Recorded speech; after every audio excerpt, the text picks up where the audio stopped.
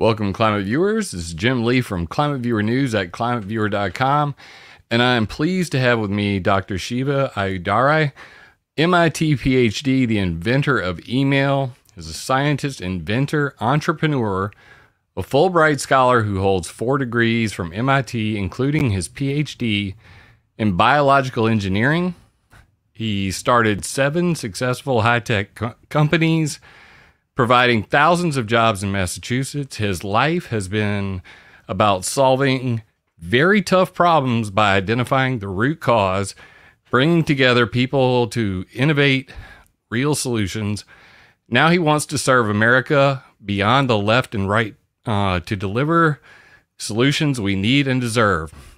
Most importantly, Dr. Shiva is one of us, not another lawyer or lobbyist or politician, and I am very excited to talk to him today about one of the biggest concerns that I know my audience has, and that would be geoengineering and weather modification. Pleased to have you, Dr. Shiva. Great, Jim. How are you? And I think, Jim, when we spoke earlier, we want to talk about geoengineering. And I think one of the fallouts of that is pollution, and then Correct. what causes and what that does to human health. Many years ago, almost a decade ago now, I did a video, nearly a decade ago, on showing, when the Paris Accords was being put in place, that it had, frankly, no benefit because it actually incentivized people to pollute. And we don't, and quote unquote, CO2 is not a, or CO2, quote unquote, is not a pollutant, by the way, but they deemed it as a pollutant, But anyway, I think this should be an interesting conversation. It's interesting that you start out that way, because in 2015, I went to the Environmental Protection Agency had a hearing in 2015 because of President Obama lobbying on behalf of the Paris Accords, trying to use the Clean Air Act to regulate the airline industry, basically saying that greenhouse gas emissions from planes were endangering human health. Now, clearly the Clean Air Act was designed specifically for cancer-causing chemicals, forever chemicals, things like that. Things that are going to affect human health directly, not the, I said that they were violating the spirit of the law. And the Clean Air Act clearly was about breathing clean air. What would be your response to, the climate agenda, the climate cultists, in my personal opinion, using laws that were clearly intended for protecting human health under the guise of the COP21, we're all going to burn up. Hey, let's use that kind of lawfare to regulate greenhouse gas emissions? Well, Jim, I've been very clear on this, as I mentioned, all the way back in 2014, 2015, as a scientist. As an engineer, more specifically, scientists can bullshit, engineers can't. There's a big difference between science and engineering. So I just want to take a step back and just talk about that briefly, and then go into this, is that the way science develops is you come up with a hypothesis of something, right? Yes. And then you do a bunch of experiments. That's called the scientific method. If your experiments match your hypothesis, that becomes what's known as a scientific law for a period of time, right? And then you try to figure out why that law exists, and that becomes what's called capital T, theory, right? Mm-hmm. So yes, Newton discovered the law of gravity. Einstein tried to explain it, and that became known as a theory of relativity. So a lot of people don't understand there's a difference between a law and the theoretical framework. The theoretical framework tries to understand why something works. I see where you're going. The law, okay, gives you an observation of why it works, right? Right. And then an engineer comes in, and an engineer looks at these laws, and then they try to practically use those laws to create something for others, right? That's called engineering. So Newton may have figured out the laws of gravity. Einstein attempted to describe why it worked. An engineer like, Den Hartog, who was a professor at MIT, or Stephen Crandall, who did the dynamics for the space shuttle, or Den Hartog helped define the field of structures, develop the engineering science to build bridges, let's say, or skyscrapers, right? Yes, Using sir. those. So that's sort of a quick summary of how you go from science to engineering. But engineers have to deal with the reality of these laws and trying to make them work, right? Scientists sort of just can walk away. So, I have a bunch of degrees from MIT in engineering, electrical, mechanical, design and biological. So I've always had to deal with reality. Now, what's unfortunate is none of the presidential candidates that are running, none of them have ever had to deal with reality. These guys aren't engineers. They've never had to make anything, build anything. All the way back for a long, long time, right?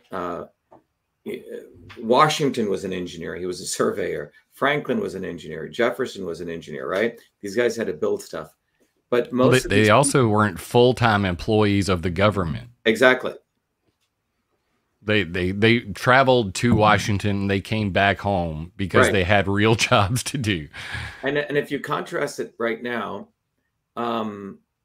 you have a bunch of people who, frankly, are from the top down. They're the swarm. Booby effing Kennedy doesn't know anything about any of this. He was promoting climate change. He wants carbon tax. In the middle of 2020, he was promoting lockdowns, and he was justifying it in two ways. It will stop the spread of COVID. I'm talking about Booby effing Kennedy. That's my name. I refer to Robert F. Doofus Jr. Kennedy Jr. And I like to use that name because these people are just brand, advertising people who, uses his father's name and adds a JR to it to have some credibility. But, he was promoting. He came to my hometown, and we went there with the news team just simply to ask him, because he is very much on the climate train. Do you support geoengineering or not? Just that, to answer that question alone. And I had a long talk with Dennis Kucinich because he previously passed the Space Preservation Act, which was going to ban weapons in space. He tried to get that passed. Of course, nobody would have that because the military industrial complex loves weapons in space. But anyway, he shuffled me to the front. Including Israel, who he's a big supporter of. Oh, yeah. Yeah, and they all love their weapons in space. China has them, Russia has them, and of course we have them. So anyway, he never could get an answer out of him because he basically burned the time out, and then he moved on. But that's one of the obviously being an engineer, understanding that there is a problem. The problem is that they've generated a lot of propaganda and fear around the idea of runaway global warming. And I don't know if you've ever heard this term, the clathrate gun hypothesis. The idea being that they drilled for ice cores in the poles, and then they went back to the time of dinosaurs. And during that time, they see a bunch of CO2 here. And then that's followed by a marked increase in methane. So the scientists theorize, well, dinosaur farts caused methane clathrates to vent into the sky. Now, methane clathrates are frozen methane that are either under the Arctic shelf or under the ocean. So because global warming caused by dinosaur farts caused methane to erupt into the sky, this was what was called runaway global warming. And that's what the basis for the current fear porn that we hear out there is that human activity, CO2, is going to drive methane to vent, and then suddenly we're all going to die in short order. I would say that, wasn't there some talk about, meteors involved in, the possible end? Nobody really knows for certain what ended the dinosaurs, or would you say that there's a possibility that dinosaur farts, they killed themselves from their own emissions? Yeah, I mean, I don't know about any of that, but let me, all this, let me share with you a little bit of science, okay? That'll help. Okay. Put this in context. Look, when you just step back and you look at it from an engineering phenomenon, if you're going to implement an intervention, if you're going to do something to your physical body, let's say your house has some you think something's going to happen to your house, you do some preventative measures, right? You know, you're always thinking, okay, if I do this intervention, do I get a benefit out of this, right? Right. If I eat more green vegetables, what's the benefit? If I eat more protein, what's the benefit, right? Before you do any intervention, you want to find out, is there a benefit in anything, right? I'm going to drive my car. Should I get regular maintenance? You know, how often should I get my teeth cleaned, right? Every one of these things are interventions. And typically in the back of your mind, you're making some decision on what is the cost benefit of that, right? You're going to put in this much, what's the benefit? There's absolutely zero benefit to this bullshit called climate change science and the Paris Accords. Why do I say that? Well, let's just go back to, again, you know, there's a very nice book here, which is the book that written by one of the greatest engineers in the world, you know, Nice, right? Control Systems Engineering, okay? So Control Systems Engineering is the foundations of systems engineering. By the way, we'll do a little video. We teach the principles of that in our course called Truth, Freedom, and Health, Foundations of Systems, which we've made accessible to everyone on the planet. And you don't have to spend a ton of money going to MIT. But what you learn from systems science is the following. Every intelligent system in the universe has a feedback process. It knows how to maintain homeostasis. Your body right now is about 98, degrees Fahrenheit, plus or minus a degree, right? And it knows beautifully how to maintain that temperature. How? You have a part of your body called the hypothalamus, which is a controller, which senses conditions, and it knows how to maintain your body at that temperature, all right? So the fundamental question is, every intelligent system in the universe has the ability to do feedback processes and maintain homeostasis. So the question is the Earth or the universe, because it's a natural system, is it also an intelligent system? Does it know how to modulate itself to maintain the surface temperature, let's say 15 degrees Celsius? This is a fundamental question. Or can interventions or exogenous things that happen to it or endogenous things throw it off wacko? You go out, and it gets very hot. Your body doesn't go up to 120 degrees, right? Right. You start sweating. Right. Your body knows how to open its pores, and you know how to modulate that. So all intelligent systems in the universe know how to maintain homeostasis. All right. So if that's clear, the question is nature an intelligent system? Sure appears to be, because it has seasons, right? We know how to maintain things. The sun, rises, sun sets, right? There's a rhythm here. So if we just go back to very simple principles, Jim, very, very simple principles, and we just take it from a simple engineering approach, you'll find out the following, okay? And everything I'm going to share with you right now, everyone, whether you're pro climate change or you believe that nonsense or you don't believe it, everyone agrees with these things I'm going to share with you. There's no dispute on this. The sun is around 6,000 degrees Kelvin, okay? The sun puts out a lot of radiation, energy. That energy is measured in watts, W-A-T-T-S, okay? That energy hits the earth, okay? And how much energy hits the earth? About 340 watts per meter. So if you take a square meter of the earth's, surface, about 340 hits that.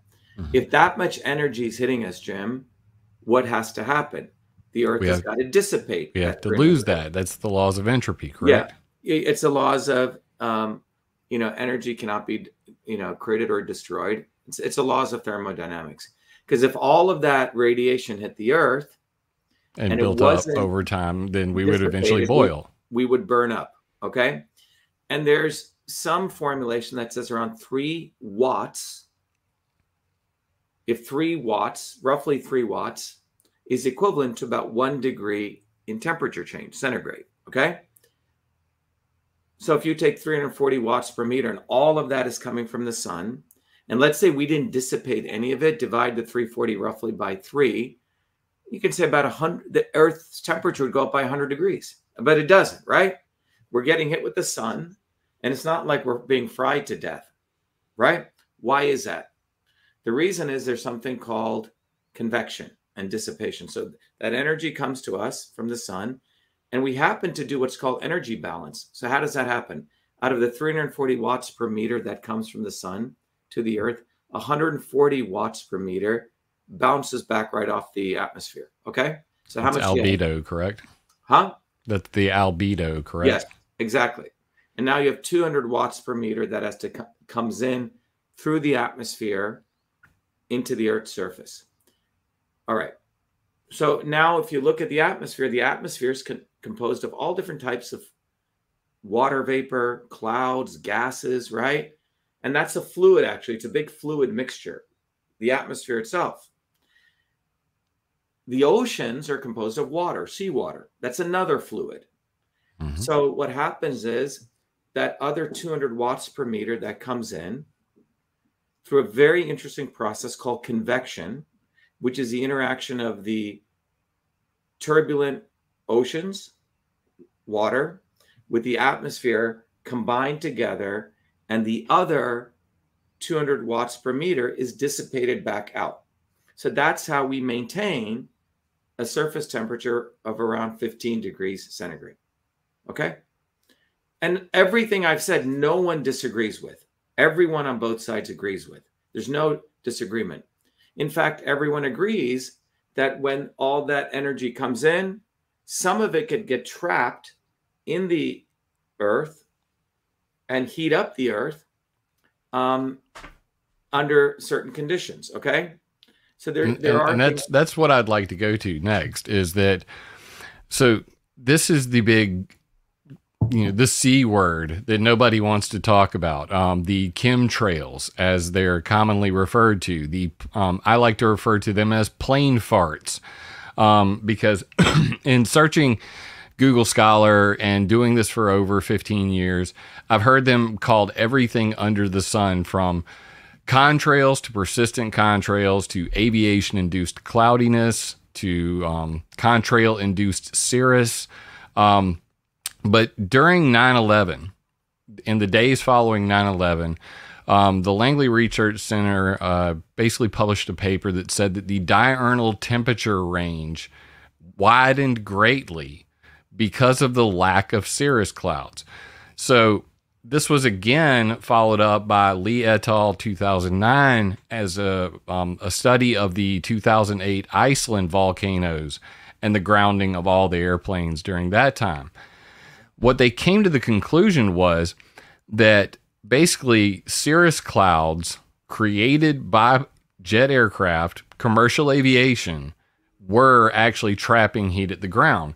So as a layperson, it seemed very simple to me that there was no such thing as a greenhouse gas if you do not have a greenhouse. In order for you to create a closed system to trap that heat at the ground, you must have a greenhouse. And most greenhouses are made of glass or plastic. But in this case, when we're talking 1.5 million barrels of jet fuel per day, and I'd like to share this real quick with you. Let me click this present button and see if you can see this real quick. Go to entire screen, and here, when we look at the actual chemicals that are available in jet fuel, these are from about 16 different studies total that have looked at freshly emitted particles that are coming out of the rear of the jet planes. Okay.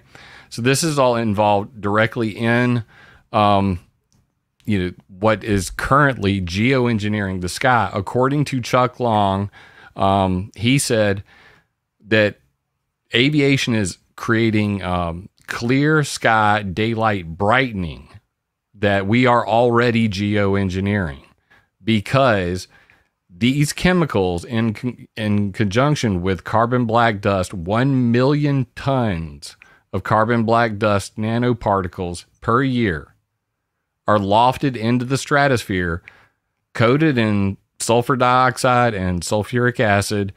And all of these marked in red are metals that end up in the stratosphere.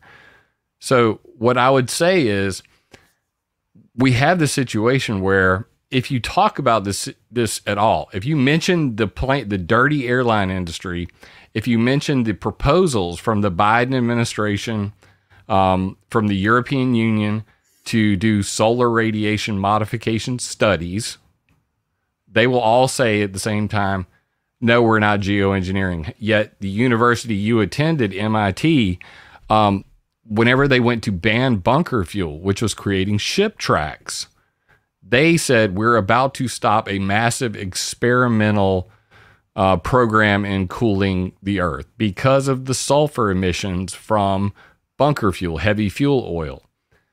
So MIT University was mad about that. Smithsonian Magazine, when covering Chuck Long, said we are accidentally geoengineering using airplane contrails. What would you say to the people who are? Yes. So Jim, I think before we go there, I think it's important to explain this basic thing because I want to talk about clouds. Okay. Yes, sir. Here's the bottom line, right? And I want to layer in what you just said. If you look at the Earth interaction with the sun as a system, the sun sends radiation here, right? The radiation comes here, 340 watts per meter, 140 bounces out. The other 200 watts per meter is also dissipated out through this very complex interaction of two turbulent fluids, the ocean waters, which is a turbulent fluid, and the atmosphere. All right. Now, when these quote unquote climate change scientists, by the way, there's no field called climate science. It's all bullshit. In fact, there's no field called climate science. I'm aware of that. The actual field is fluid mechanics and radiative physics. Okay. Fluid mechanics, we study in theoretical mechanics, which I've studied for many, many years. Radiative physics is another very interesting area, but the physicists study that. There's no science called, you don't get a degree in climate change science. So, and furthermore, so when all of this nonsense started occurring, a bunch of people were funded to create these climate change models, mathematical models. And what they're doing is they're trying to predict how much heat gets stored in the earth using this phenomenon. I said, okay, 340 watts per meter is coming in, 140 bounces back. Out of the 200, how much gets stuck? Now, these gases, greenhouse, quote unquote, greenhouse gases, everyone acknowledges they can increase temperature. Everyone will tell you that. Okay. But in science, we're not interested in just lofty hand waving or engineering. The question is always how much? How much? Okay. How much, right? Like if someone says, oh my God, you have a fever. Well, how much? How much is my fever going to go up? Yeah, if it's around 98, 99, I'm fine. If it goes to 120 degrees, you're going to die. Okay. We care how much. Right. Right. That's when they rush you into the hospital, right? Yes, sir. So the issue is how much. So how did they figure out? So there's all these predictions saying, oh my God, the temperature is going to go up. The ice caps are going to melt on the Arctic, right? How do they do this? They created mathematical models. And the mathematical models are modeling the ocean of the Earth, on the Earth, interacting, which is a turbulent fluid, by the way, interacting with the atmosphere, another turbulent fluid. Again, I'm giving you something that you don't hear in the mainstream media, but this is the actual physics. Everyone should be educated on this. Those two turbulent fluids, by the way, to model one turbulent fluid, no one's done it. It's called the Navier-Stokes equation you study in graduate school or in undergraduate school, okay, in engineering. The Navier-Stokes equation is a set of equations that you can use to understand the flow of fluids. If you turn on the water, water comes out. That's called laminar flow. We can model that. We have been unable to model the very complex motions of the ocean waters. Or if you heat a pot, you make, I just got some tea made, and when the vapor moves, very complex, we don't know how to model that. You can win a $1 million prize. Any mathematician can model that, a turbulent fluid. So they are claiming they model two turbulent fluids, and using that model, their models predict that the Earth's temperature is going to go up by 2 to 3 degrees. Okay. Because they're claiming, remember, for each 3 watts per meter, 1 degree will get stored. They're claiming about 9 to 12 watts is going to get stored. We're not going to be able to dissipate that out because of CO2. Okay? That's where all of this comes from. Now, if you go look at the IPCC report, it's a big multi-thousand page report. 1 page of that report actually has the mathematical model. Okay? Really? Yes. Now, what's interesting is when Isaac Newton had his model of if you drop an apple, he can predict exactly how long it'll take for that apple to fall, right? That's called a law. That's called evidence. Evidence is reproducible predictions. Write that down. Evidence is reproducible predictions. So when Isaac Newton developed the equations of motion, he has absolute evidence that if he drops an apple from this side, he knows exactly when it's going to fall, right? The apple doesn't fall and just hang in the middle. You know, it's not like you drop the apple one time, it falls. Let's say the apple tree where the apple is 20 feet above the ground. When the apple drops, it's going to drop 20 feet. Okay. It's not like one time it drops 20 feet. The other time the prediction, it's going to hover above the earth at 19 feet, 50 feet, right? You have one answer. All right. Now I'm going to show you a diagram here. So if you go to the IPCC report, they use their mathematical models based on what I just shared with you, this background, and they have come up with a prediction of how much ice is going to melt on the Arctic. Okay?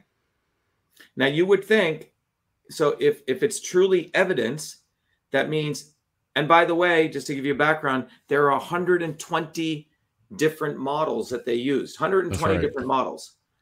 So if you have 120 different models, and if each model should predict the same answer, right? Then it would be evidence. Does that make sense? But evidence is reproducible predictions. In the case of the atmosphere, I mean, we're talking billions of data points would need to be put into that computer model to even come close to accurately predicting what the weather would be like tomorrow, let alone what the climate would be like. Let me show you. These are some of the models. Okay. What do you see here? So the y-axis is over the years. Yeah. And the x-axis is, you see, ice extent %. So this model way at top, the purple one, is predicting about 90% of ice will melt. Okay. And that's, yeah. This one's predicting about, nothing, 100% will melt. 90% will melt. These are predicting no ice is going to melt. Okay. In fact, there's an answer for every possible situation. So what my point is, each line here represents each model. If you're supposed to have what's called convergence. Okay. So climate model projections of rate of Arctic ice loss. You notice that none of them converge. So that means all these models, like a Baskin-Robbins flavor, like you go to the ice cream store, are giving very different answers. And this would be equivalent, Jim, to Isaac, an apple falling, and you have 100 different predictions. That's not evidence. Evidence is reproducible prediction. So I just wanted to share that. And by the way, that's stuck all the way in like page 500 or something, and no one bothers reading it. And the observation data on that chart stops at 2009. And what we know for a fact now is that the ice, the sea ice extent grew exponentially after this. So despite you can go ahead and discount most of those predictions that show that there would be a greater loss of ice because it actually grew exponentially. Even Greenland's ice sheet is growing back currently. So they're always wrong. They always will be wrong, because until we have light speed super computers that can and send enough sensor data to even input it. Look, the point is this. There should be, all of these lines should convert at one point. Right. But the fact that you have all these different models running and each are predicting different amounts of ice that are going to melt shows that they don't have any science behind this. Okay. Right. And that's really the takeaway. And everyone should really take a screenshot of this, okay? Everyone should understand that they have no evidence. Evidence is reproducible predictions.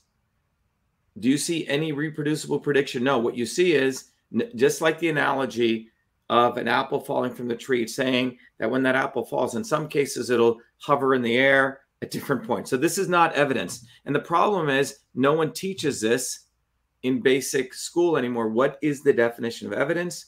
Evidence is reproducible predictions. They don't have any reproducible predictions.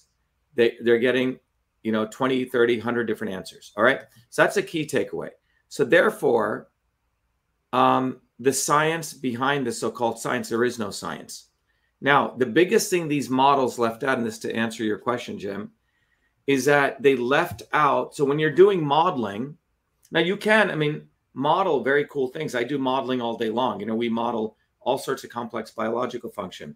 And a model gets better by the more you include many variables. Right.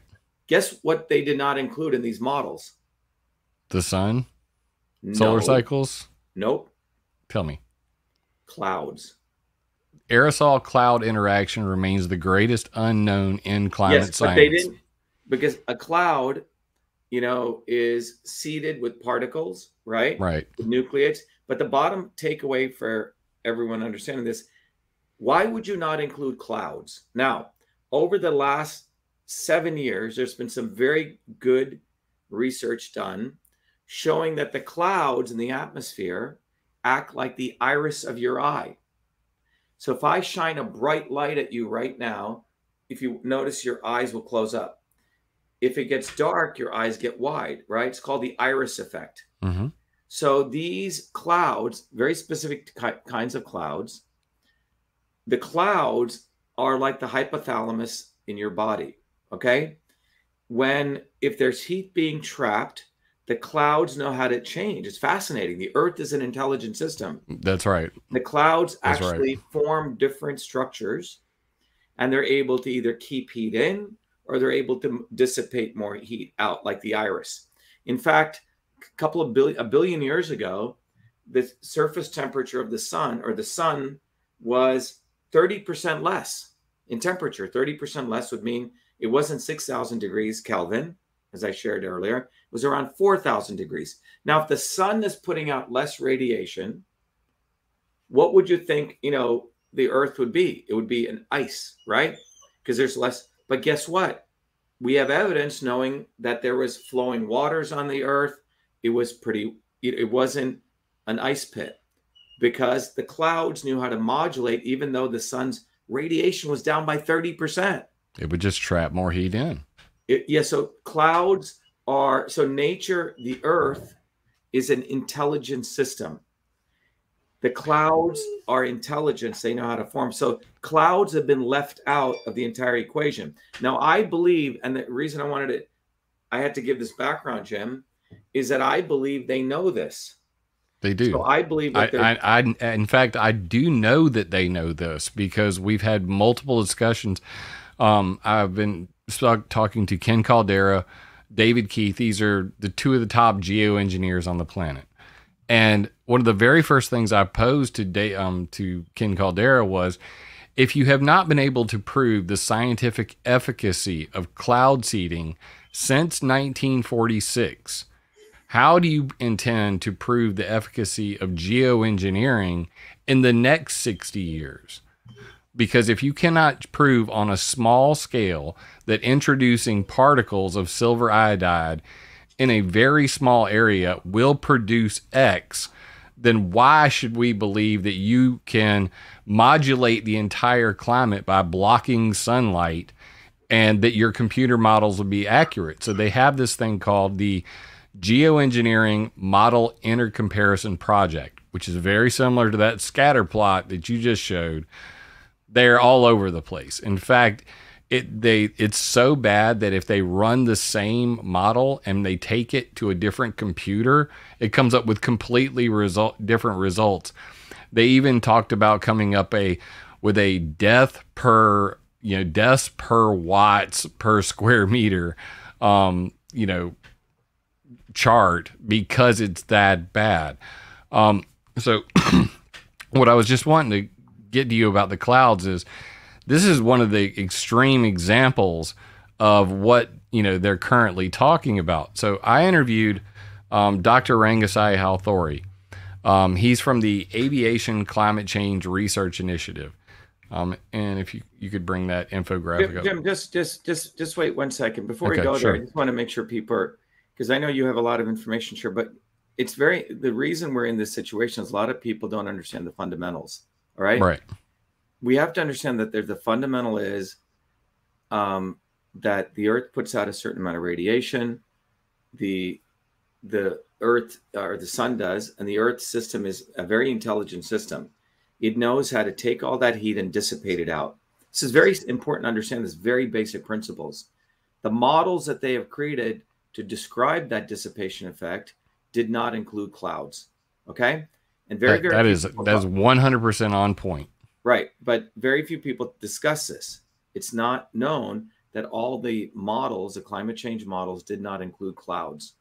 All right. When you add clouds, you have what's called the iris effect.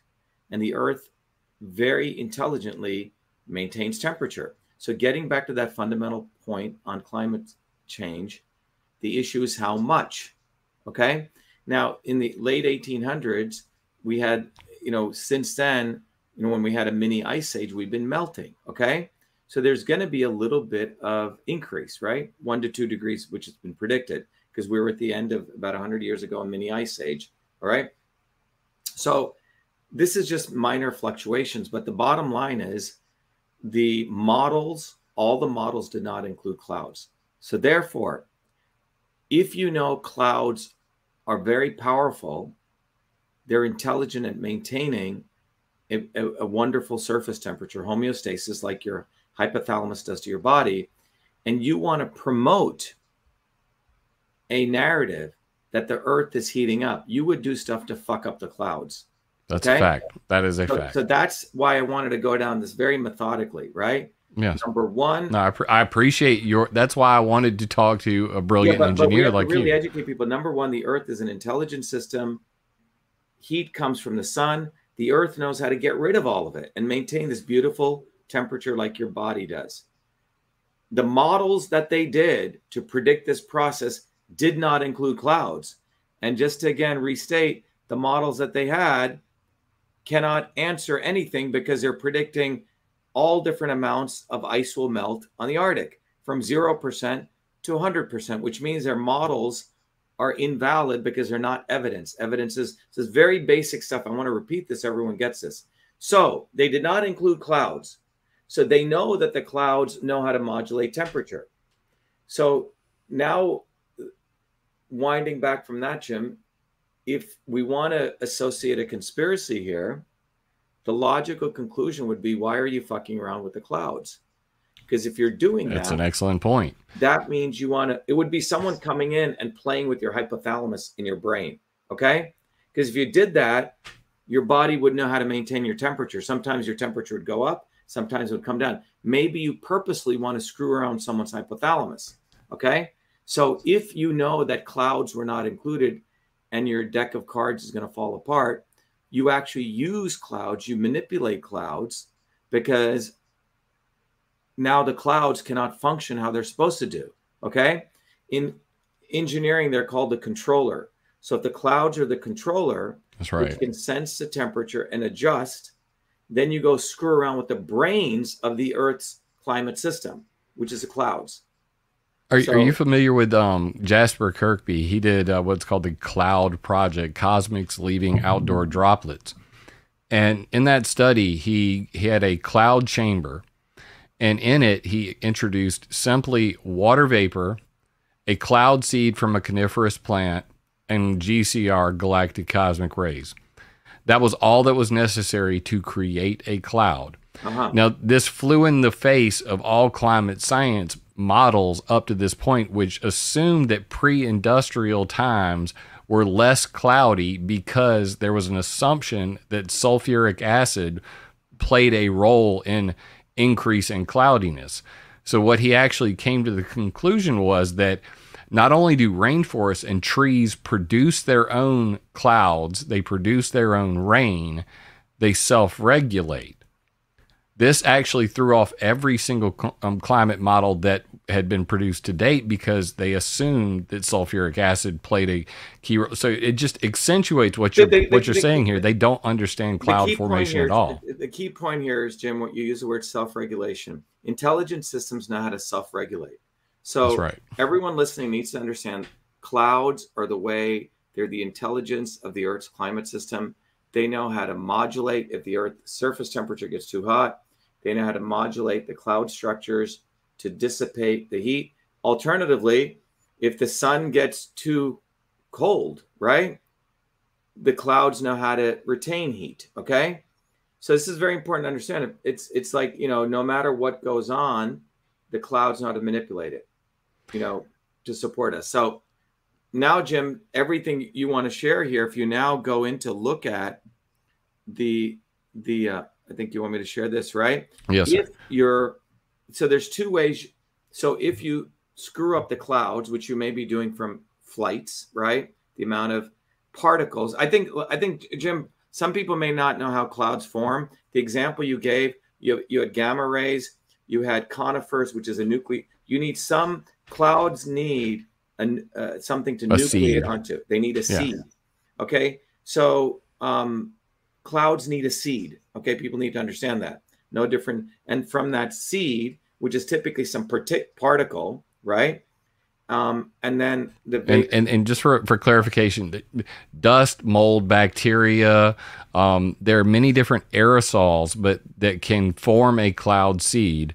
But most of them are natural. Some of them are man-made, and especially given the difference between airplane pollution and any other type of pollution is where it occurs that makes it so damaging.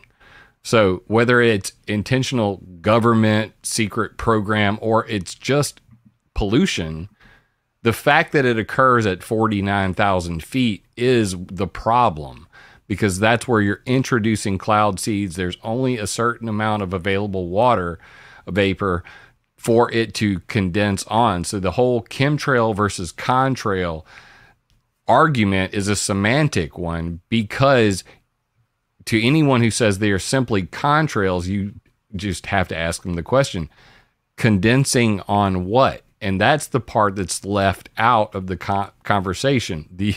It's the contrail conundrum that they don't want to focus on the cloud seeds themselves. Yeah, but the bottom line is that clouds need a seed, right? There have been many particles throughout eons that clouds have used, et cetera, right? Now, if you start injecting, and you know, we have these artificial particulates coming out of airplanes, right? Now you're going to perturb the natural process of clouds, right? Or cloud seeding itself. You're going to perturb that entire process. Again, Jim, it comes down to how much, right? Right. How much is this happening, right? And because if you want to throw something off of its homeostasis, right, you have to do something significant to put it into something we call allostasis in system science. Homeostasis is where it maintains. So if they've been doing experiments for years in geoengineering, or it could be the fact that we're flying airplanes, right? And the amount of airplanes. The earliest examples I have are 1958. Mm-hmm. And this is the city of Palm Springs. And in the weather modification history section of ClimateViewer.com, you can go to our newspaper vault. And we have 849 newspapers dated back to the 1800s. In 1958, the city of Palm Springs said that basically our economy is predicated on our sunshiny days. However, the skies look like a mob of exuberant skyriders making vapor trails that block out the sun. And the Air Force basically met with them 2 months later in January 1959 and said, well, you're at the intersection of all flights on the West Coast. So either move the city of Palm Springs or deal with it. And what most people today think, this is just this is a new phenomena, but it's not. Like, since we've, since we've had flight, they have been disturbing the natural processes of cloud formation. 1946, when the GE Labs invented cloud seeding, legitimate cloud seeding, as they like to say, with silver iodide. It was less than a year later, they were attempting to steer hurricanes with Project Cirrus. And in 1949, Irving P. Crick invented the ground-based cloud seeding generator, which operates through October through March of every single year in the United States, all along the Rocky Mountains. Now China is covering the entire Himalayan plateau in hundreds of thousands of cloud seeding generators. This is enough to alter the world's weather, not just China's weather. So that's where we have to kind of draw a line in how much of an intervention is this. It's getting to a monumental scale. So, of course, being that a lot of people, at least my followers, want me to dig deeply into this chemtrail phenomena, I lead with plain farts, because at the end of the day, I'm going to go with the facts, and then we'll deal with the conspiracy later. The facts are that just the cloud seeds that are emitted from burning jet fuel at 1.5 million barrels of jet fuel per day in America, at 149,000 flights per day around the globe. When you're hearing numbers, this was June 2023, nature.com, 1 million tons of carbon black soot nanoparticles per year. The Indian Space Organization found 10,000 black carbon soot nanoparticles per square centimeter, 18 kilometers into the stratosphere. And they decided that the only place it could have come from was aviation jet fuel burning. So we have this monumental, man-made climate chaos that nobody wants to acknowledge. So of course, that's when in the infographic here, I reached out to the scientists, the top scientists in aerosol cloud interaction. Said I wanted to know what they thought. So Dr. Ulrich Schumann said, at the ICAO Colloquium on Aviation and Climate Change 2010, we want less warming, more cooling contrails predictable for operational planning. Dr. Rangasai Halthori from the FAA Aviation Climate Change Research Initiative, when I did an interview with him, he said, quote, "We would like more contrail-induced cirrus clouds by day and none during the night." And the reason why is because, like we were talking about with albedo, solar radiation management, the geoengineering idea of putting artificial aerosols into the sky to reflect sunlight away to cool the planet. And the flip side to that is the Earth radiation management side, which they call cirrus cloud thinning. Because in order to stop that heat from being trapped at the surface and allow it to escape back to space so that we do have our homeostasis, Ulrich Lohmann and Blas Gasparini best said it in this paper called A Cirrus Cloud Climate Dial, that if we limited cirrus cloud thinning to high latitude winters or nighttime seeding, that we could, have the most beneficial effect on global warming. So what you have is you have three different, major scientists who are saying the same thing. What has been pollution since 1958, which has been just a convenient, cloud smattering coming from commercial aviation, we now need to engineer that to not trap heat at night, to that diurnal temperature range that we were talking about earlier, that they found on those 2 days, that we want to be able to control these clouds. So they've came up with an idea of biofuels for contrail control. And President Obama signed off an agreement with the European Union, China. Jim, can you hold on a second? Sure. I mean, I appreciate you sharing all this, but let's just keep it simple, because certainly. Look, the Earth knows how to regulate itself with clouds. okay, to maintain temperature. I want to keep this very, the bottom line is if you perturb cloud formation, you're going to throw off the self-regulatory phenomenon, okay? So let's just keep it with the science here, because I want to understand how you intersect that with this, because if you look at, this was the latest paper that came out by, some of Dick's colleagues, okay? And the paper's called The Iris Effect, okay? And this was, so I'd like to go to, I want to keep it, so revisiting the Iris Effect, okay?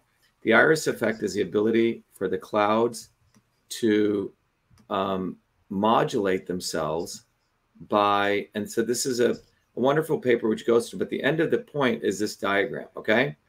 So if you look at these two different cloud phenomenon, one organization of clouds helps the radiation leave the Earth, right, to cool it. That's outgoing long wave radiation. Yeah. And the other type of cloud formation allows the heat to be trapped. Okay. The key takeaway is that the clouds know how to modulate themselves based on the surface temperature. Now, let's just, if we understand that is the reality. And by the way, no one can argue with this. Again, clouds were not included in any of the climate change models. Now, if you have lots of airplane activity, are you saying that it's perturbing that cloud formation? Let's just keep it simple. Yes. Okay. That by having a lot of artificial clouds. Right. Those are the two terms I use. I use the most simple terminology for it: artificial clouds and the plane farts. So the plane farts are the cloud condensation nuclei, right. The ice nucleating particles that are emitted from planes, and the artificial clouds are the man-made clouds that are interrupting the natural cycle right. of things. Right. So if that is occurring, the question again in science is how much, okay? How much is that effect on perturbing the clouds? And then if it is, are you stating that is what is, are you saying that's increasing heat, the surface temperature, or decreasing it, or just changing it? I'm going to be blunt and say that I don't really have a clue to what degree. And right. my concern is that there are these arrogant scientists who clearly haven't talked enough to engineers about how how badly this could go for us. Right. But if we just go, we're intersecting two different sort of areas right now. One is the beginning of this conversation is that the entire climate change models do not include clouds. That's right. And because they don't include clouds, none of their shit you can trust. It's just their predictions are way off. Right. So that's done. Okay. Now we're moving to the fact that that based on those predictions that they're trying to wrest control of the right. global temperature through engineering. Right. Well, what I'm saying is, yeah. So they're saying the climate is changing, right? But there's two things here, and we can't mix them both, right? One is we've had commercial aviation. Okay. Before we go into geoengineering, right? Commercial aviation has been taking place since the 1950s. And the point is that commercial aviation could be perturbing the formation of clouds, right? Then the issue is, what is that doing to our weather? All right. And the issue is we don't fully know what it's doing. Okay. As far back as 1976, Wallace had a study on the possibility of weather modification by aircraft contrails, and he said that, quote, "It is likely that airplane contrails are changing the weather to a greater extent than present-day cloud seeding operations." And I think that goes without saying. Let's stop right there, Jim. Let's just stop right there. Okay, one is commercial aircraft, and the other is this other stuff that's going on where people are actually doing cloud seeding, okay? So there's two different phenomenon. We have the climate change models are bullshit. We know clouds are involved in regulating the Earth's temperature. I just want to separate these two. The other is we've had commercial aviation for the last 80 years, right? Sorry, 70 years, right? Something like that. Roughly. So over those 70 years, The point is that the airplanes themselves are creating quote unquote clouds. The things that they're putting out are also creating nucleation, which is creating clouds, right? Or perturbing cloud formation. The issue is, what are airplanes doing then to affect either clouds, which then will affect which will perturb the self-regulation ability of the Earth, right? Right. I want to just frame the scientific question. If that's in fact the case, is it increasing temperature, reducing temperature, or is it just making the temperature, or essentially making weather chaotic? It's probably the latter, right? It's doing something. I lean towards climate chaos. Right, climate chaos. Right. So one is, I think it would be not unscientific to say all of this vast amounts of jet fuel coming out, the stuff that's the exhaust that's coming out, is affecting our weather. The issue is always how much, right? Right. Because is it like someone is in a huge room and one guy farts a little bit in a massive, is it one guy farting in a bedroom stadium versus an auditorium? Yeah, versus in your room, okay? Right. And is it you're farting in a room, excuse to use this disgusting thing, in a 100-square-foot room, or are you doing it in a huge stadium and no one sees it? You see, and this is what we have to be careful about. Size matters.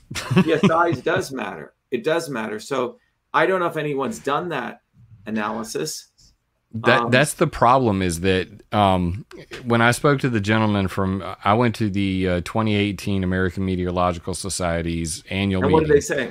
And when I talked to the guys from the University Corporation of Atmospheric Research, I said, what I've noticed is that there is no global rainfall sampling sensor network, where you literally just are looking at what is the fallout, doing spectrometry on rainfall samples. Tell me what chemicals are in there, so we can kind of get a global, at least, summary of what aerosols are raining out.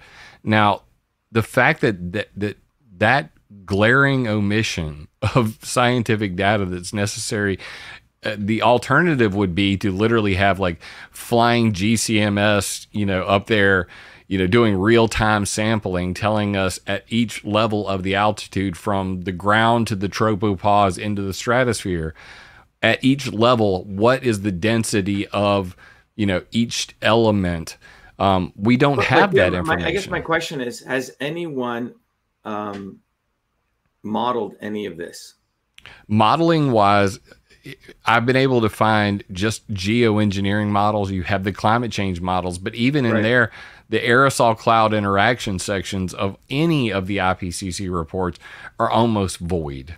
That's what I'm trying to say. So the bottom line is that obviously the commercial aircraft and what they're doing is going to do some perturbation to cloud formation. We don't know how much, right? But the more important, and then you have actual geoengineering taking place, right? People shooting up, what is it, sodium iodide into the atmosphere, right? Calcium carbonate, aluminum, titanium dioxide. There's even been discussions of, obviously sulfur, and then there's discussions of diamond dust, along with many other different ideas. But right now, the big talk from David Keith and Bill Gates is calcium carbonate is their drug of choice. Right. So that's to nucleate, right, and to create clouds, right? Wrong. See, this is the big misconception with the geoengineering, solar geoengineering. Solar geoengineering wouldn't even occur in the troposphere at all. It would be the gradual buildup of aerosols in the stratosphere because of their residence time. So the residence time of lofting chemicals in the upper troposphere, which would be the majority of jet aircraft pollution, is generally 2 weeks to maybe 2 to 4 months at best before it rains out. However, if you loft chemicals into the stratosphere, aka stratospheric aerosol injection, which is part of solar geoengineering, that can have a residence time of anywhere from several months to several years. Okay, so basically what you're saying is, if aircraft flies around 30,000 feet, the clearance rate of that is within about 2 weeks. But if you Correct. put it up into the stratosphere, which is what Gates wants to do, that's about many months. And the analogy here is if you take a drug, right, into your body, an intervention, typically what the pharmaceutical companies are trying to track is what is a clearance rate? How long Right. does it take for your liver to get it out, right? So your body naturally, if you take like, if you have a headache today and you go take Tylenol or Advil, it's typically within 72 hours, right? Your liver will clear it out, right? And that's called clearance rate. And now when we're applying that to these climate systems, you fly an airplane, right? Up in the 40,000 feet up. In about 2 weeks, you're saying whatever exhaust stuff would eventually get dissipated and cleared. But if you're seeding, whatever the techniques of the geoengineering, that can hang out there for 2-3 months. Is that what you're saying, Jim? At a minimum 2-3 months in some Okay. of the cases, especially with more of the engineered nanoparticles that they're talking about Lofton, Much even longer, you're 2 saying. years, 3 years. And what height are they putting them into? What's the altitude? The typical height that they want to get them up to is about 60,000 feet. Right. So it's double what an However, airplane flies at. but we go right back to what the Indian Space Organization found, that 10,000 per cubic centimeter of carbon black soot from aviation fuel being burned was found in the stratosphere. So that means that not only, this is what I'm trying to basically separate here for you, is that you have the clouds, and that's what everybody's focused on. What they're not focused on is the milky white background, which is what geoengineering actually attempts to create. So what Chuck Long was saying was that planes were creating a subvisual ice haze, which we technically do not consider to be a cloud, that is building up in the stratosphere over the decades. So as we fly closer towards the tropopause, which you can see many cases, if you go to ADS-B Exchange and you look at the flights and what their current altitudes are, that many of these planes are flying like right on the tropopause. And when you have evidence, which is what, like 50,000? 40,000? it's different depending on where you are in the world. In fact, Which airplanes are you talking about? I mean, most commercial flights claim they don't go over 40,000. I mean, I could bring it up live for you right now and show you many planes flying, over 49,000, some of these 52, 56,000 feet. Commercial aircraft? Yes, private planes. In addition to military planes. Now, the military planes, they actually have a special set of additives called a high thermal stability additive, where they put a triple cocktail of chemicals into the jet fuel to keep it from freezing at high altitudes, so they can fly into the stratosphere. And they're extra dirty. Let's just put it that way. No, I know military planes. I know privates can go up to around 49. I've seen some at 62. I say privates. I think that's about the highest I've seen on adsbexchange.com. And So, they so have, Jim, what's your point? Are you saying that the commercial flights are causing this because of our aviation industry, are causing Right. climate chaos? Basically in 1970, the state of Illinois, No, and New Jersey. Before you go there, just answer that question. Yes. Are you saying that certainly.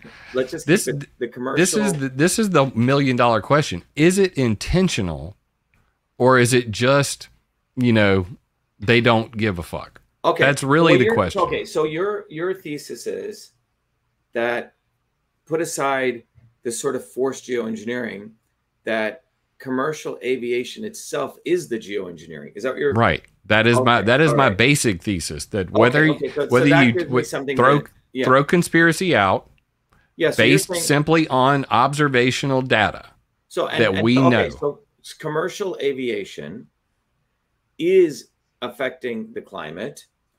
Are they doing it on purpose, or is it just a side effect? That's a different question.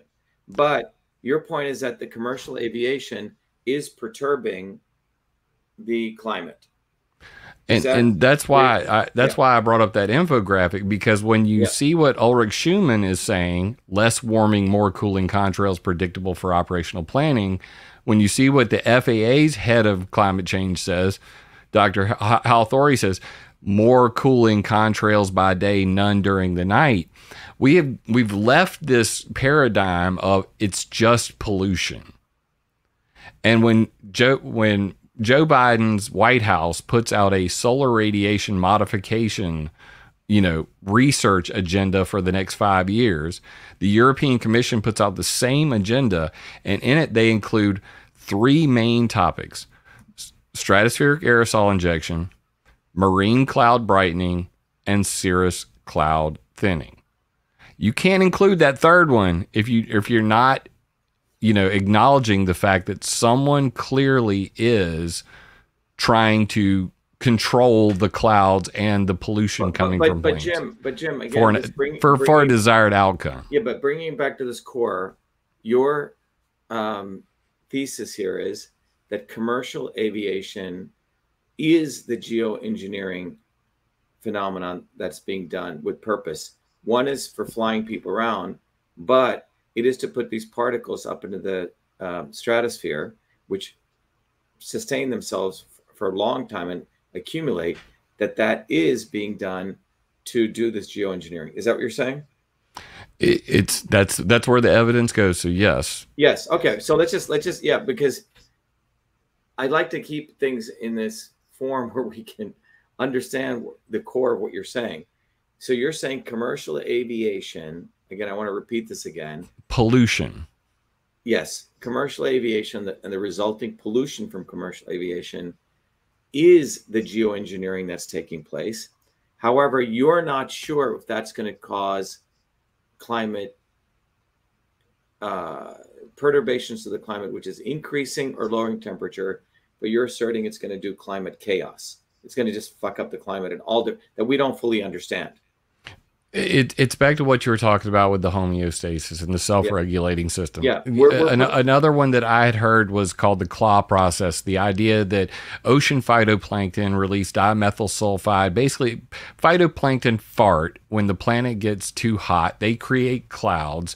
Those clouds cool the planet, phytoplankton die off, and the cycle repeats itself. Right. I could come up with 10 to 20 of these types. Let me just keep it simple to the body, right? If you look at the body knows how to self-regulate. There's a lot of evidence saying in certain cultures, how women get menopause, where they get all hot flashes, right? They start sweating. There's certain foods that have been taken out of our diet. There's a significant amount of evidence that shows in certain cultures, women didn't have these high fluctuations in their temperature because they got certain nutrients, okay? Mm-hmm. And so the issue is, if you're perturbing a system and the system knows how to self-regulate itself with the clouds, right? Right. And now you're injecting garbage into it or removing stuff that should be there either way. In this case, you're injecting pollutants into it, that's going to perturb the actual temperature or weather. Let's just call it weather modification, right? Right. And so you're saying in order to cover up the pollutants being caused by commercial aviation, they're saying, oh, climate change is taking place over there. Is that part of your assertion too, Jim? Yeah. At the end of the day, they're trying to blame CO2 for, yes. And they know what, here's the gaping hole in all of our models. Guess what? It happens to be clouds. Right. Oh, but by the way, if you talk about those clouds, we're going to label you a conspiracy theorist because you called them chemtrails. That's the ridiculousness of the world that we live in. We can't have a factual conversation about. But I would argue this, Jim. I think if we keep it to the fact that the clouds are used to regulate temperature. That's a fact. They are the greenhouse. Would you agree with that terminology? Well, to stabilize weather, okay, on the Earth, right?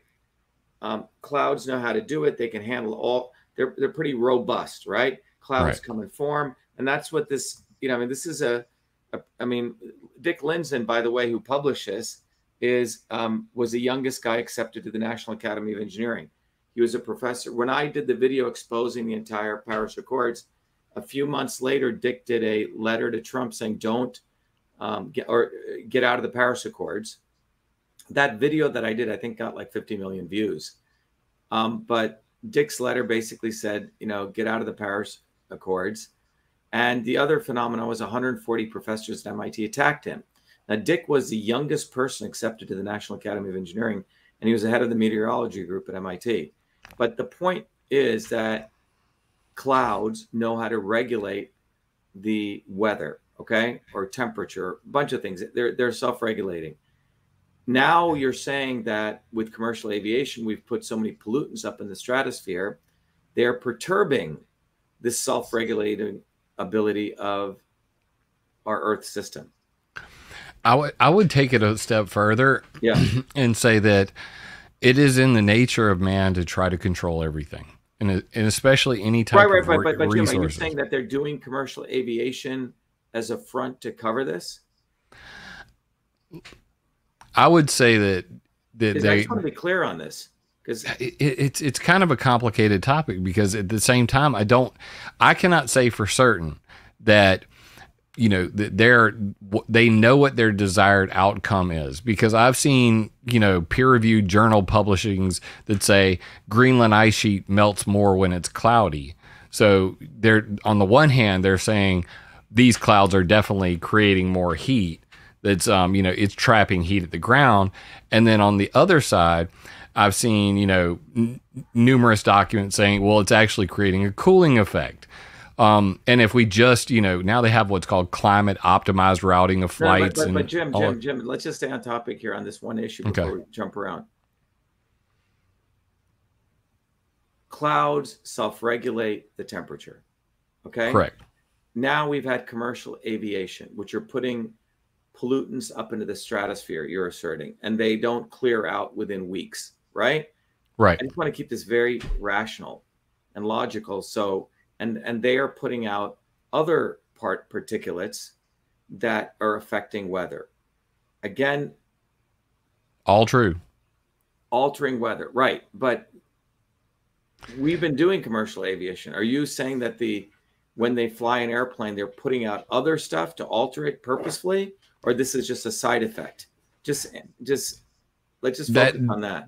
That alone is what I go back to when I try to reason with people who believe there is a conspiracy.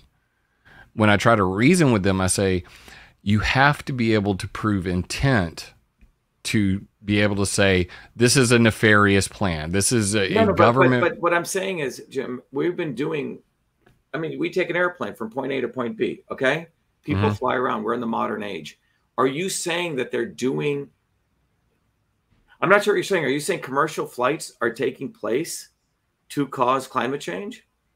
I'm saying that as a result of jet fuel being burnt at that altitude, we are altering the weather and the climate systems. Period. Right. You don't know if that's being done, but you don't know if it's being done. And based on the statements of leading climate scientists, like from the Federal Aviation Administration's Aviation Climate Change Research Initiative, when they're doing studies to test biofuels for contrail control, when they're doing contrail cirrus prediction tools, the Aviation Environmental Design Toolkit, which is built into the next gen transportation system, when they're implementing all these systems of control to get a desired effect, which is a net cooling, that basically the albedo effect of what they're creating, what they have been, what, as they put it, an uncontrolled experiment for 70 years is now becoming a controlled experiment in cooling the planet. Does that make more sense? Jim, I really want us to focus on this thing. Commercial aviation puts out pollutants, okay? You're saying the clearing stays in the stratosphere, all right? That is affecting climate, yes? Certainly. Okay. Now, the next jump is, this is what I'm not getting from you, and if we just focus on this, Are you saying commercial aviation is being done to manipulate the weather? I mean, obviously it's not, because when you order something from Amazon, UPS flies a plane and delivers you something. So that is why the plane went in the air. Right, right. So Is so let's but just is stop right there. somebody Yeah. in? So Yeah, commercial air flight is occurring for other reasons, right? But clearly. I think what we can say is that commercial flight, right, is causing some perturbations to the weather. And we could just end there, right? It would be it would be that simple. However, Oh yeah, it, but that's probably true what we just said. Now the second without a doubt, it is changing the weather. right. So But without a you're moratorium, jumping to something else. So okay, so we agree with that. Clouds self-regulate. Commercial aircraft since 1950s may be perturbing the weather. We don't know how much, but now you're jumping to another point, and you're saying what that that yeah. now with this climate narrative post COP21, that they're zeroing in on carbon taxes and carbon credits. Yep. They're targeting the airline industry, saying, well, your carbon emissions are X.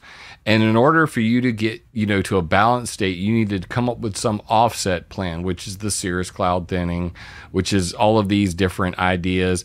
Well, we'll make clouds by day, none by night.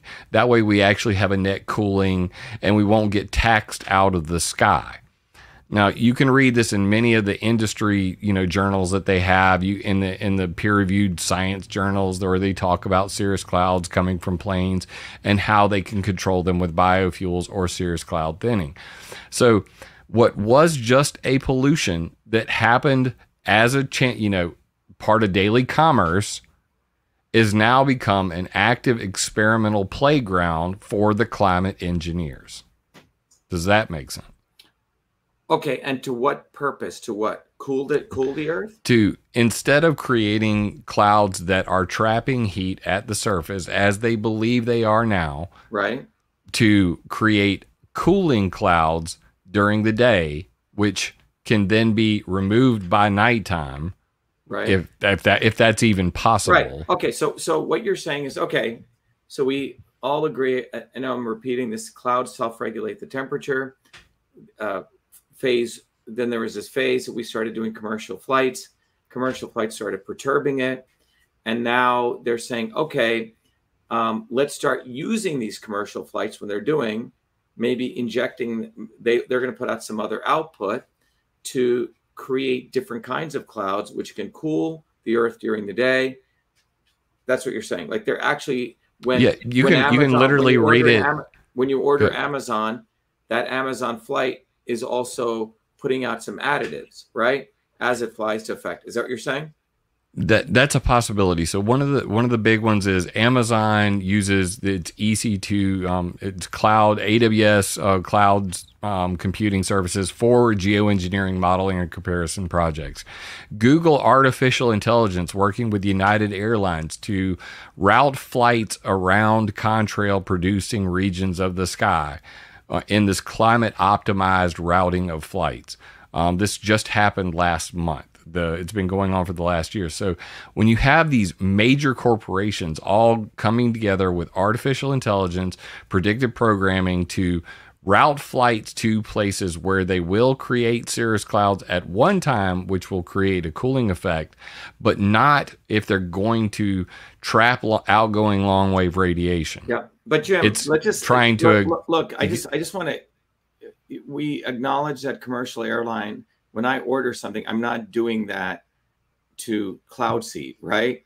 I'm ordering something. You just want your stuff delivered. Yeah, correct. But what you're now saying is that there's a conscious effort by whoever to use commercial aviation to manipulate the weather, global temperature, right? But using aviation, commercial aviation. Correct. Okay. Beyond a shadow of a doubt. All right. So that's what I wanted to get to. Okay. So it's not like there could be geoengineering going here, but they're actually using commercial aviation to do this and sort of hide what's going on. It's a way that you camouflage Correct. It's a geoengineering pollution solution. Right. But you're saying commercial aviation is being used for geoengineering. It before was just a side effect, and now it's being actively used for geoengineering. And this is based on the study. But Jim, that's what you're yes, saying, right? I agree. I agree. Yeah, before we jump 100%. That's exactly that's what we you're said. saying. So anyway, that's what I wanted to get clear. What I want to do is it's 10:28. I just want to I want to play a video here just for our audience. Everything we're discussing here, people to understand, and that's why I've been taking it slow, Jim, is most people, the problem is if this isn't discussed methodically in this way, it falls into this area of, I don't know what. And then people, the real issues get covered up. I notice in election systems, there are real issues like signature verification and let's say chain of custody. These are real fundamental issues. And then the whack jobs come in and they take the real issues and they start talking about all sorts of other cray shit. And then the real issues never get addressed. So that's why I wanted to be very, very meticulous here in this conversation. And that's why I wanted to have this discussion with you. What happens is, you know, there's a real stuff going on. And then people in the government, if they do not want people to understand stuff, they actually throw other crazy shit in there. You know, in the case of election systems, we discovered fundamental systems issues, signature verification, chain of custody. Trump and Mike Lindell came into it, and the Trump people, and they made a shitload of money off of my work. They made about $250 million or more, but they started talking about crazy shit, which made it so crazy that you couldn't really bring people together on the fundamental issues, you see, that are real. And every issue becomes like this. You know, there are real issues with the fact that government controls social media companies, but then they add all sorts of other shit. So you let the criminals like Elon Musk get away, all right? Because he's part of it. So that's why I wanted to take this very methodically and very scientifically from an engineering standpoint, because this many people have asked me to discuss geoengineering, and I purposely stayed away from it because it's like, sorry to use a word, no pun intended, the whole thing becomes very cloudy. Okay. Right. So I just want people to understand, from if you take it from a systems standpoint, there is an Earth-Sun system of how much heat gets formed in the Earth, but the Earth is a very smart, intelligent system using clouds. It knows how to dissipate the heat. We maintain proper temperature. Over here, I hope that stuff is right here, that body of knowledge, that conversation. The second thing you're talking about is commercial aviation since the 1950s has been putting pollutants in the atmosphere, which may be perturbing temperature, period. All right. We don't know how much, but it is to some extent. Or which direction. Yeah, but we don't. And the problem is, it's unfortunate that no real research has been funded to do that. To me, that's really the problem. Why isn't there research really? It's the glaring omission. Right. So how is that affecting clouds? The third piece that we're talking about is, are there forces which are now using commercial aviation purposefully to do geoengineering?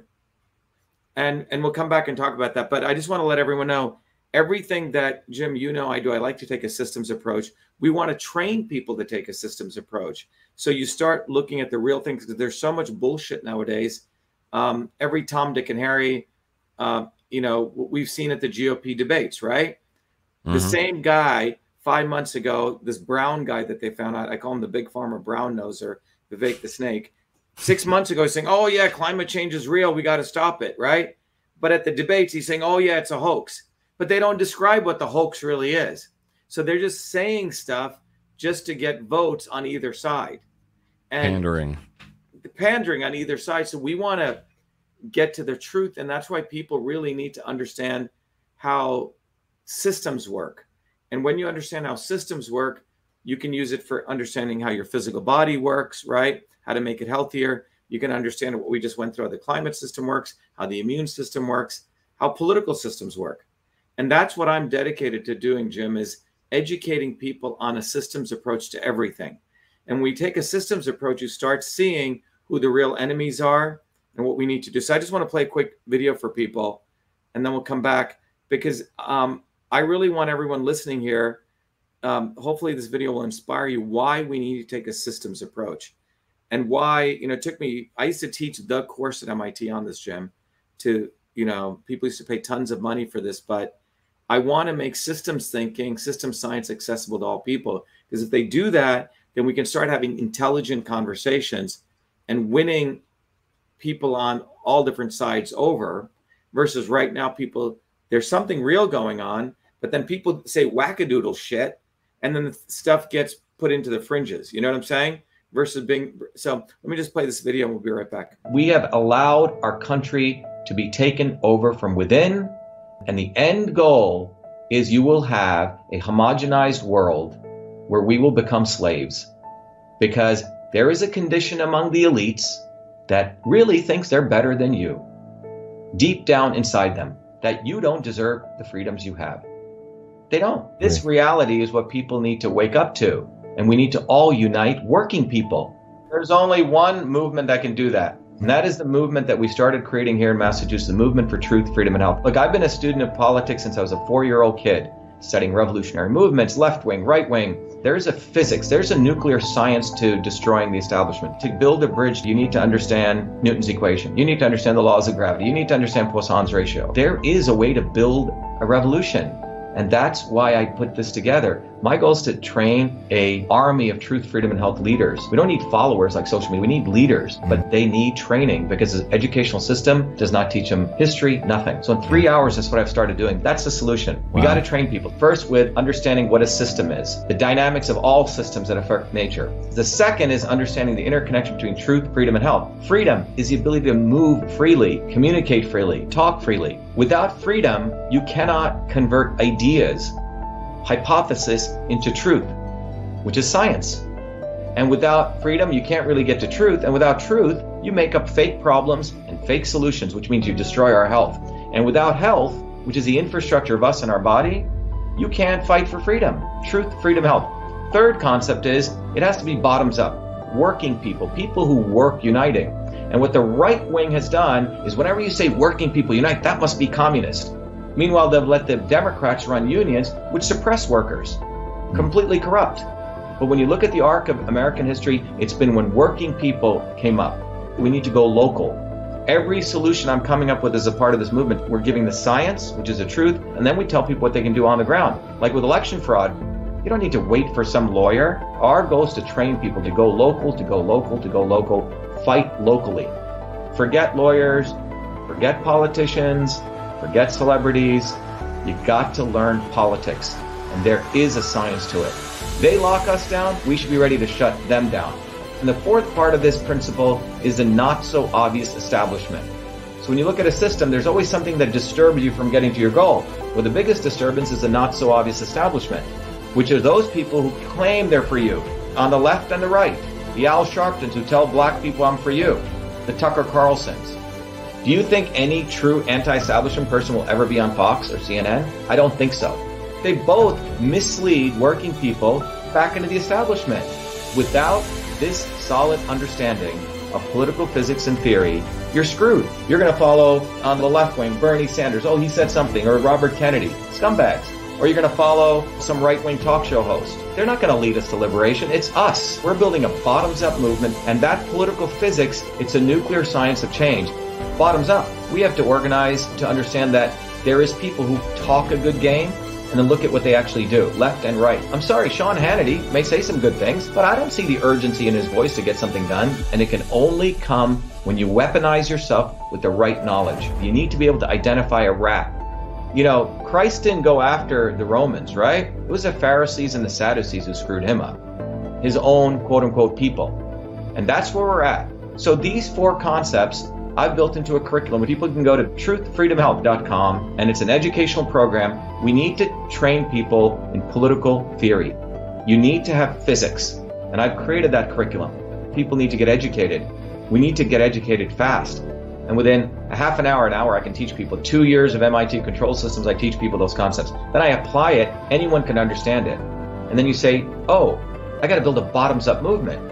They have to get politically astute, and then they have to go locally and act, not sit there on social media. They have to act locally, defy locally, do civil obedience locally, but with knowledge on how to build a movement.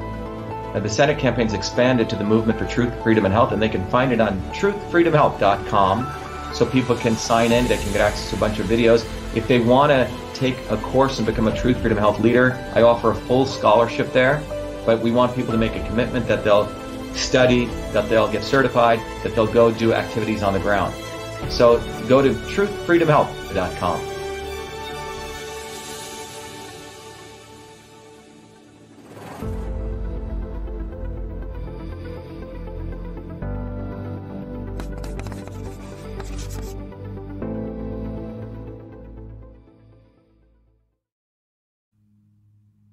Welcome back, everyone. This is Dr. Shiva. I do a couple of important things, and we'll talk more about this. Everyone knows I'm running for president of the United States.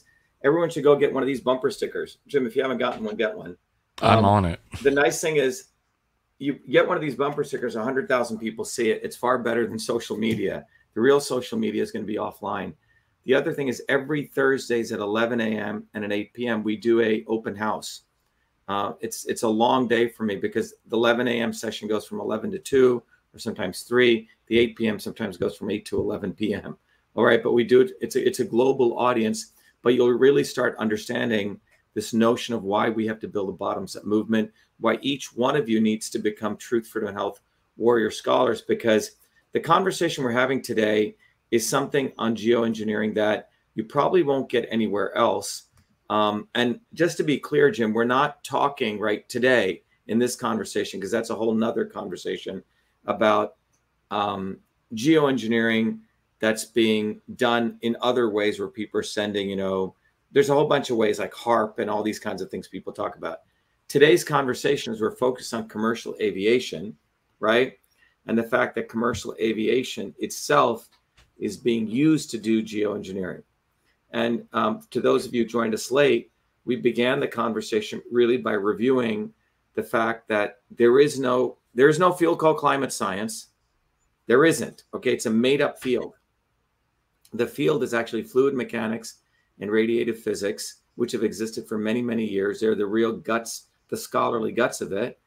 And when the IPCC tried to scare everyone that the Earth's temperature is going to go up, they based it on mathematical models, which have no basis in evidence, because the models predict all these different answers from 0% ice melting in the Arctic to 100% and all different flavors in between. But the key thing in summary we talked about is none of those models included clouds, okay?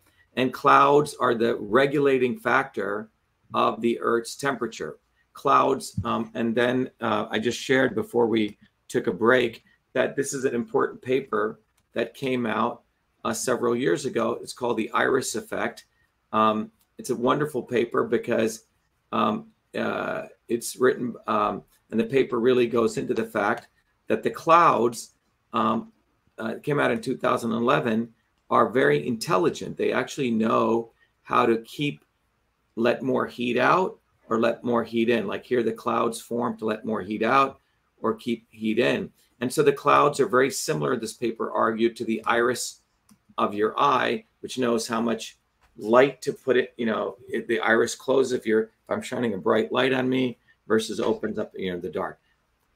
Having said that, Jim and I had a conversation then to give his thesis and his research of the fact that commercial aviation over the last 70, 80 years has really fucked up the environment, right?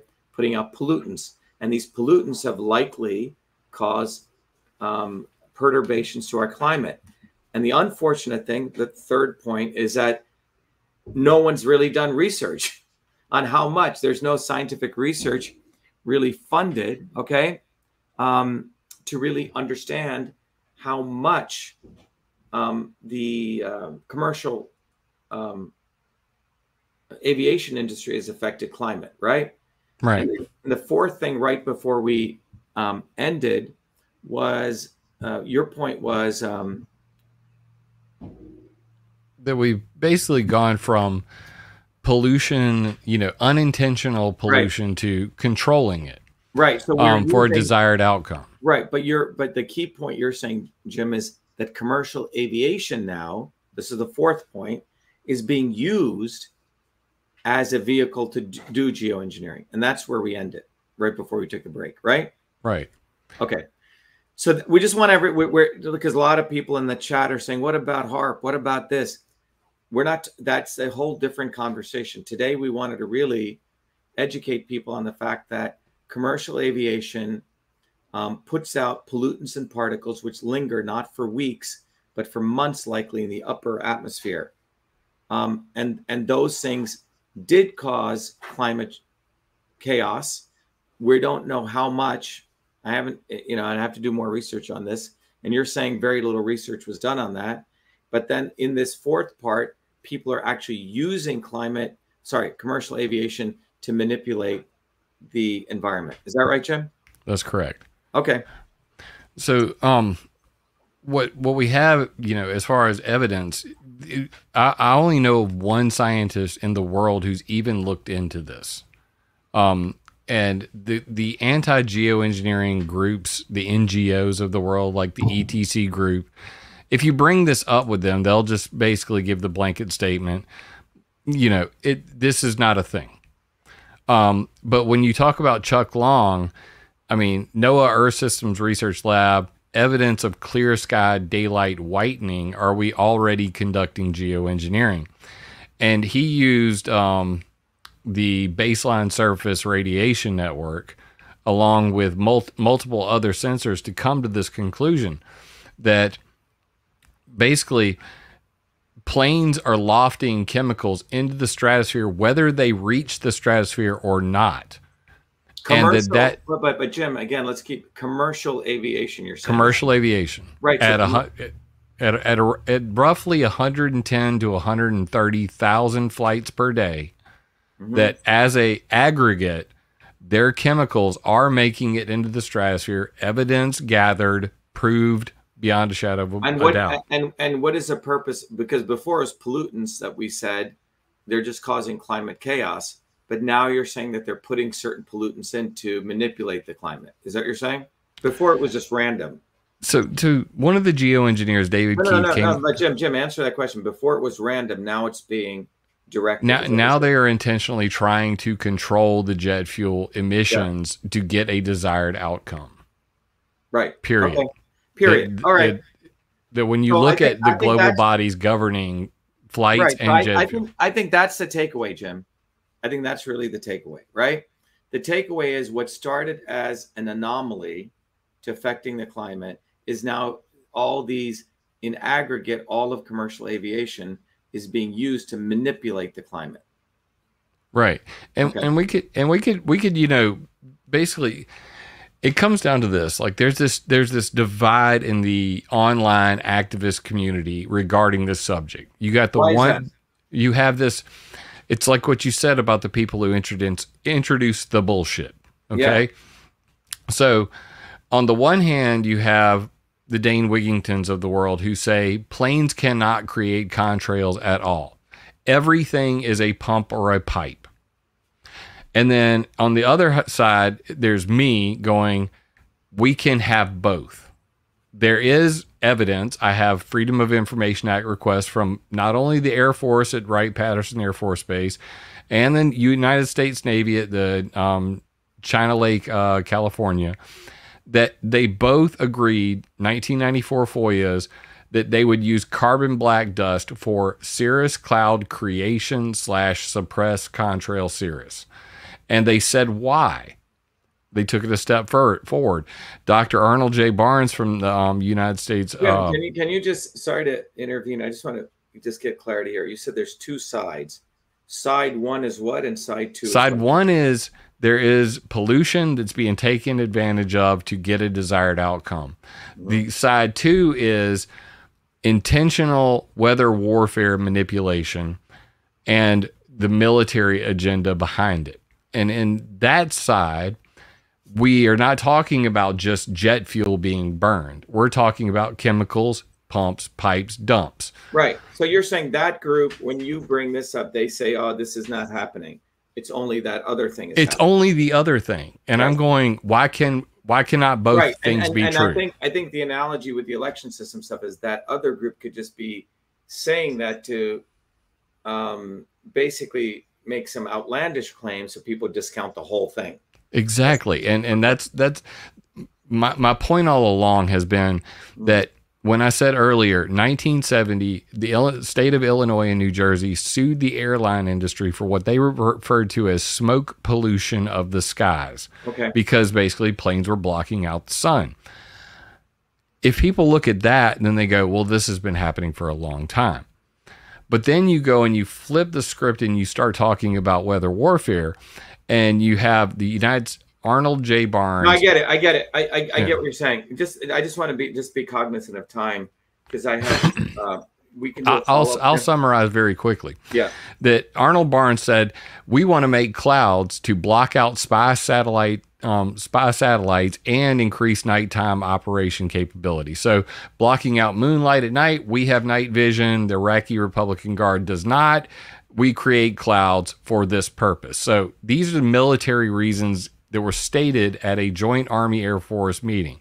So you can have both, and both can be going on at the same time. You also have the CIA funding the climate intervention studies, going to geoengineer Alan Robach saying, can another country control the weather over America, and would we know? And at the same time, the CIA was involved in Operation Popeye, weather warfare over Vietnam. They were involved in creating droughts in Cuba in 1961, Project Nile Blue. This led to the weather warfare ban of 1978. So where I'm at is to clarify all of the above. The Environmental Modification Convention of 1978 banned weather warfare and any long-lasting effects on weather control manipulation that have, loss of life as a mechanism. The problem is that they never made a way for you to catch anybody in the act or any kind of verification regime.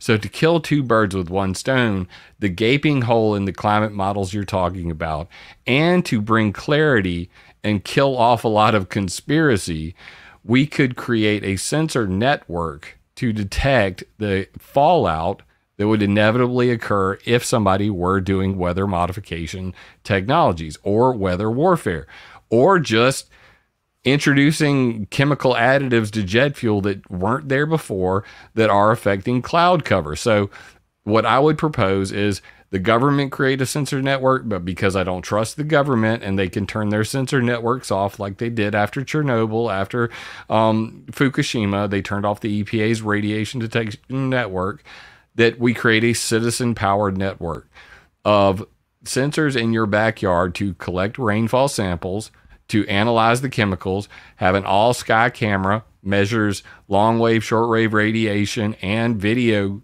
just video of your cloud, the clouds over your house, along with your regular temperature data, maybe even radiation and, EMF frequency. If we were to collect all of this data in real time and report it to a map and amend the weather warfare ban of 1978 to say, we need to know in advance before you modify the weather.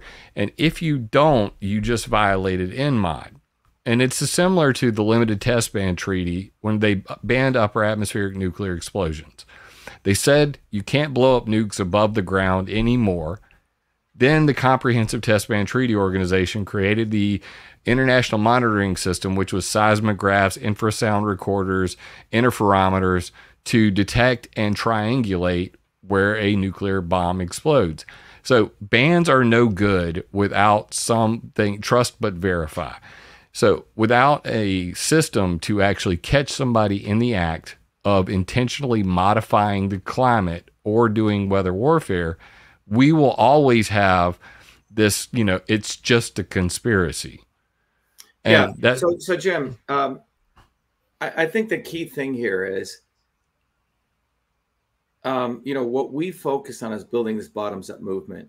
And when we're trying to engage people to do anything like this, right, there has to be this process of education. And that's why I wanted to take this methodically. What's fundamentally happened is most people are not even aware of the concept of a system. Most people are not even aware of this concept of a self-regulating system. Most people are not even aware of what the clouds do, right? So I'm a big proponent of, once you teach people these principles, right, then they can apply it to weather systems. They can apply it to everything. And then you can mobilize people to take an action. But we need a conscious citizenry first. And that conscious citizenry today does not exist, because 30% don't want to learn, 50% are just sitting on their asses watching which way the wind blows. The opportunity, watching football. Yeah, we have opportunity with the 20%. And if you're going to deal with the 20%, they need to get some fundamentals under their thing. So I think as people review this video, I think the main thing that people need to understand is that the earth is an intelligent system. Your body is an intelligent system. Everything is in a system, and systems have the ability to self-regulate. However, you can throw systems off course if you start fucking with them, like putting crap in them that don't belong there, okay? And, you know, poisons in your body, right? Or not getting proper nutrition. Your body will go into allostasis, where your body is obese and you think being 300 pounds overweight is normal. So it's happening in this country, you know? The average American right now, Jim, is going to, the life expectancy in the United States is now going down. If you have a child, your child is going to live less than you, okay? Meaning have a lower life expectancy than you. And this is a systems problem. It could be with pollution. It could be with, you know, stress in people's lives, right? Income inequality. It's a whole bunch of things. It's not any one thing. So when we talk about this climate thing, and I think people go review this, number one, the earth is a very intelligent system. So if we've been flying airplanes, like you're saying, since 1950s, Jim, what is that effect on climate? And I think the answer is we don't know, because no one's funded the research on it. And even more importantly, what is the effect on human health of a constant steady rain of heavy metals, which we know to be poisonous to the human body? I can tell you what that is. You know, every day, and as a systems biologist, it's all about dosage, Jim. It's how much, you say, and over what period of time. If you were just walking by, you know, one time, you know, the back of a, you know, and you got a whiff of some jet fuel, okay, your body will clear it, you know. Right. But if you're doing that every day in what's called microdosing over a long period of time, again, this thing needs to be understood. It'll have some effect. But the point is, Jim, the fact is that very little research is being done on this. And I think that's what we can definitively take away. And I think, you know, as I want to close here, people do know I'm running for president. I don't think we've ever had an engineer, Jim, who understands sort of the magnitude of engineering system science ever run. And we live in a world that I know of. Yeah. And I don't think any of these presidential candidates could even have a conversation like this that we're having today. Okay. They would just say either take one side or another side and just try to get votes.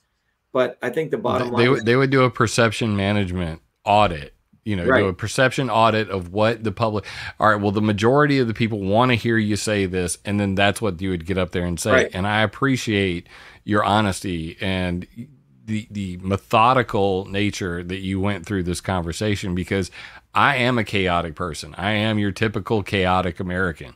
I have so many thoughts that it's hard to organize them. So I look forward to taking. I'm glad you're being honest, Jim, because you have a lot of information. What's happening right now in the world is, because at a click of a button on these iPhones, you can get so much information. More information is not leading to more solutions. In fact, if anything, it's, you know, if people go to truthfreedomhealth.com, there's a very interesting graph. People go, let me bring it up. If people go to truthfreedomhealth.com, and by the way, that's where people can go to become a Truth Freedom Health warrior scholar. But let me just bring this up. If people go there, there's a very important graph that we have. The attention deficit that's going on, Jim, the inability for people to focus is an important thing that you're bringing up, because if you can't focus, we can't really grasp what the real problem is. And if people go to Truth Freedom Health, there's a very nice graph here that has a guy looking at tons of information. I don't know if you can see it, Jim. Yeah. But just because we have lots of information doesn't mean the world is getting better. In fact, we have more people anxious and depressed, more people feeling hopeless. 2.5 billion people are obese, right? In the world, it's going to go up to 4 billion in the next 5 to 10 years. 40% want to overthrow the government. So just because information doesn't mean we're getting better, because information through the lens of ignorance leads people into one of these states: illusion, confusion, right? They get complacent, desperate, or they, want to be in this left or right camp. And ultimately, the only way out of this is knowledge, which is not information, but it's the ability to connect the dots, right? The science of system that leads to wisdom. And that's what I believe we've been wanting to do in this conversation, Jim. That's why I was directing you so everyone leaves not saying, oh, we just went to some climate change thing, or a geoengineering thing, and sort of walks away. The bottom line here is we want to take a systems approach. And what we're leaving here with honesty is recognizing that all this commercial aviation is going on. We have very little information on how it's affecting our health, how it's actually affecting the climate, except your assertion is that the commercial aviation is being used to do geoengineering. And no one wants to talk about that. And that's being camouflaged likely with this other bigger thing. Oh my God, the military's doing it. They're trying to attack us. And there's the big elephant in the room, which is commercial aviation. No different than, the whole thing with the COVID stuff, right? There are people that literally were making the argument online that planes were spraying COVID and Morgellons and nanobots and all of that sort of stuff. So when that's the kind of propaganda you have to overcome. That's what I'm saying. And I think that's being done to make anything exposing it seem crazy. When the reality is big pharma's revenue was going down like this. Pfizer's revenue went from 65 billion to 40 billion in 2019. They needed the vaccine, and then Trump came in and beautifully lifted that up. Pfizer's revenue went from 40 billion up to 80 billion and now 100 billion.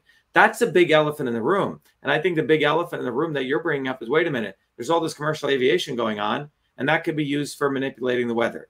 So anyway, Jim, I think this was great. We should do it again. But I think, to people listening, I think that if we do it again, I would like to do it after finishing your course, because for me, these are very complicated topics, and being able to get them into the shortest format possible is very tough. And I think that your systems approach could definitely help me in educating other people with the information that I have. Well, I appreciate that, Jim. And that's why, so the action step I want to impress on you, Jim, as well. And Jim, where are you out of? Sumter, South Carolina. Yeah. So Jim, when I'm running for president, we have a huge group of people in South Carolina. So as I close out, everyone go to shivaforpresident.com, get one of these bumper stickers. They're like $5. You're helping. You got a lot of great information today, but it's a way for you guys to participate in this. You can also go to shivaforpresident.com. There's another very nice diagram there, Jim, that actually a flyer. We want people to hand out these flyers to their local neighborhoods, right? To their friends, family, at grocery stores. Let me bring up this flyer. This is where people can, it's great you put a bumper sticker. We want everyone to do that. But we also want people to go to the download section of Shiva for President. So if you go to the main page and you click free downloads here, Jim, you'll see there's a flyer here. And this flyer, you can download it. It's open sourced. You can put it on black and white. But notice this graph here, Jim. It says a lesser of two evils is killing your children. And if you look at this, since 1980 to today, the life expectancy in the United States is going down. This could be because of jet fuel. It could be because of Obamacare. It could be because of income inequality. It could be because of poisons, a whole bunch of things. It's not any one issue, but it's been going on since 1980. Democrats and Republicans have been screwing over people. But the bottom line is your child is going to have a shorter lifespan than you. And if you keep voting for the lesser of two evils, or these people just say whatever you want to hear, it's not going to get any better. And who's causing this? The swarm. So the left, and you can go look up who the swarm is. There's a video. And what's the solution is our campaign, and learning, as you just said, Jim, the science of systems. And every Thursdays, we do a town hall, which I recommend everyone come to, because you'll really, and there it is, 11 a.m. and 8 p.m., vashiva.com/orientation. But this is really about life and death at this point, particularly for your children, because if you don't understand system science, you're going to one day look at some brown guy who they dug up out of God knows where to look like me. We call him Vivek the Snake. Seriously. And the guy, he's a Brahmin brown noser who is a fraud of the ultimate level, or they will indict Trump and they'll play theater there to get sympathy for him. So he raises another $100 million. Or they'll, put Booby effing Kennedy, who basically is another bullshitter. So the establishment is very clever at manipulating you. And the only way out of this is for you to become your own leaders and your own teachers and your own masters. And the science of systems is the fastest way to get there. So that's why truthfreedomhealth.com. And as I end, Jim, I just want to play our campaign video. And, our running for office gives everyone the opportunity to get involved. You can volunteer. We got to get on the ballot in South Carolina, North Carolina. You can help collect signatures. You can donate. Help out there. Yeah. So Jim, get involved. Come to our ShivaForPresident.com. Sign up as a volunteer. Every Saturdays we do meetings. But more importantly, if you want to donate, every time you donate something to me, I give you books, I give you courses, because our campaign fundamentally, if you notice, is about truth, freedom, health. It's about elevating people's consciousness. It's about thinking. It's actually about learning how to think. Anyway, Jim, let me play this video, and it should inspire people to support our campaign for president. Who would have ever thought I'd be running for president of the United States of America? I was born a low caste untouchable in India's caste system, a system of aristocracy, oppression, and racism. My name is Dr.SHIVA Ayyadurai. I'm an MIT PhD, a Fulbright scholar, a scientist, engineer, entrepreneur, and inventor. My family and I left India to come to America on my 7th birthday. I grew up in the working-class neighborhoods of New Jersey, playing baseball, mowing lawns, painting houses, and coding software. My friends and neighbors are blacks, Italians, Irish, people of all races. As a 14-year-old, I wrote 50,000 lines of software code to create the world's first email system, and was awarded the first U.S. copyright for email, recognizing me as its official inventor at a time when copyright was the only way to protect software inventions. I did that long before I ever came to MIT, revealing that big innovations can occur anytime, any place, by anybody. Growing up, I saw politicians dividing us by race and religion in both America and India, to have us fighting each other while they remained safe in their gated communities and in their playgrounds of Hollywood, Martha's Vineyard, and Silicon Valley. I'm a fighter. I fought racism and exposed their imperialist wars, fought for workers, and put my life on the line against global corruption. I never wanted to run for political office. All that changed when I saw working Americans as never before being duped by the establishment and the not-so-obvious establishment. Across left and right, we were being sold out and made to forget why we came to America and why America existed. Lawyers, academics, billionaires, celebrities, and politicians, elites, Clintons, Kennedys, Bidens, Obamas, Bushes, black and white have hijacked America. They printed trillions for their friends. They delivered crumbling infrastructure, corruption, and racism. They've transferred trillions to themselves, dividing black and white, fear-mongering, and fake science. Lockdowns and censorship, dirty air, food, and water, pushing drugs upon us, making us sicker. We've been sold out. One set of rules for them and another for us. We deserve a warrior with a history of courage in putting everything on the line for you, who believes in you, not them, who has created a movement bottoms up for truth, freedom, health. I've exposed their lies at the right time, never waiting until it was popular. I've exposed their false gods who exist to lead you back to them. I've exposed their fake science of lockdowns and masking and provided you solutions to fight them and win and protect your immune system, saving millions. I exposed Fauci, galvanized the Fire Fauci campaign when others remained silent. When they stole our election, we sued the government and Twitter in our historic 2020 federal lawsuit, exposing in bare view the government and big tech censorship infrastructure, the unholy alliance between government and social media companies. Where was Elon and his grifters? They stood by the sidelines and did nothing. They did not use their megaphones to help us when it could have made a big difference. Now our movement grows for truth, freedom, health, independent of all of them. Every day millions are learning the science of systems, the knowledge the elites do not want you to have, so you may learn how to think, stand up, and fight, independent of the establishment of left and right and their fake heroes. Now it's time for you to join the movement, to win back America, to win back truth, win back freedom, win back your health. That's why I'm running for President of the United States. This race is about you. This race is about truth, freedom, health. versus power profit control. We've had enough. They think we'll fall in line and vote again for their lawyers, celebrities, billionaires, and chosen ones from above. We choose our heroes from below, from the rank and file, who do what is right at the right time, not when it's convenient and popular. They can never represent us. What America needs is a movement by the working people, for the working people, who are educated, organized, decentralized, and fight for independence from their systems of control. And that movement exists. It's ready for you. We don't need them. We need us to go bottoms up, neighbor to neighbor. My journey, your journey are all the same. It's our time. It's time we had one of us. It's time to win back truth, freedom, health, to win back America. Be part of this historic movement, all the way to our victory on November 5th, 2024. If you're an American citizen, pledge your vote now for Dr. Shiva Ayyadurai, the independent candidate for U.S. President. No matter where you live, you can be a part of this. Volunteer as little as 20 minutes a day. Don't delay. This is Dr. Shiva Ayyadurai, and I approve this message, paid for by Dr. Shiva for President.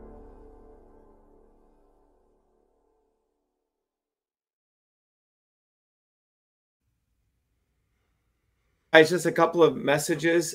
You can donate and volunteer at ShivaForPresident.com. Every Thursdays, we do a 11 a.m. and 8 p.m. It's an open house. You get to meet incredible people from all over the world. Go to vashiva.com/orientation. I also wanted to thank, someone said, the Ray Infinity Show. Hello, Dr. Shiva. I'd like to have you on my show. Ray, if you want me on the show, just email me or at vashiva@vashiva.com or DM me on Twitter, and we'll get in touch. But or email me, VA-SHIVA, Victor Alpha Shiva @vashiva.com, and I'll have Heather also touch base with you. And then I think, Jim, you wanted to give your website to people? Yeah. So you can check me out at ClimateViewer.com or at ClimateViewer on YouTube, Rumble, Odyssey, BitChute. One of the other individuals I wanted to hook you up with is a gentleman that goes by the name Quite Frankly. And he's a good friend of mine. He has an absolutely huge audience. And politics is, his main wheelhouse. But from the very critical perspective that you bring to it, I'm sure that y'all would make for an excellent interview. So you've been in touch with Heather. And by the way, to anyone listening, everyone knows that since we got out there, Jim, in 2020, we reached about 500 million people globally with our movement. The establishment was a little bit late to the game, and then they had to censor me, throw me off Twitter for exposing their censorship infrastructure.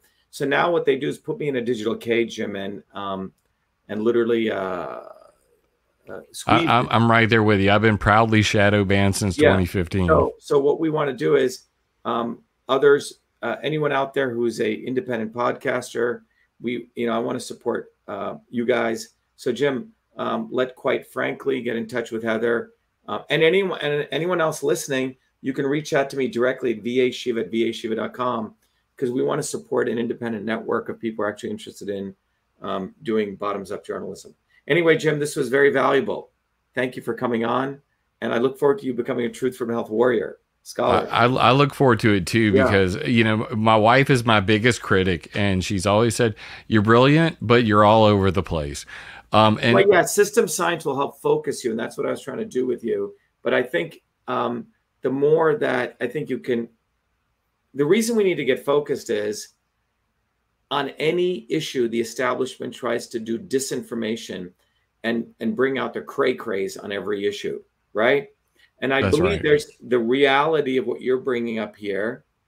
And then there's people talking about wacky shit that the real stuff always gets hidden, subsumed by the wacky stuff. Anyway, Jim, it was great having you. Be well. Thank you so much for having me, and never doubt that a dedicated group of small individuals can change the world. In fact, it's the only thing that has. And I really hope that the people who are dedicated to you make a difference, because I think you'd make a great president. Well, look, we're already making a big difference. They're so scared of us, they don't even want to mention our name. And that invisibility that they're doing, Jim, is waking people even more up, because people remember all the good work we did in 2020. So everyone listening out there, go get a bumper sticker, That's a homework assignment, okay? Put it and proudly put it on the back windshield of your car. Don't just get it and leave it on your dining room table. You got to act. You know, go to Shiva for President, get that flyer. And then fundamentally, as Jim's going to become a truth freedom and health warrior scholar, it'll really teach you how to think, not what to think, but how to think. And you're getting essentially an MIT education without paying anywhere near that for pennies. All right, Jim, thank you. Be well.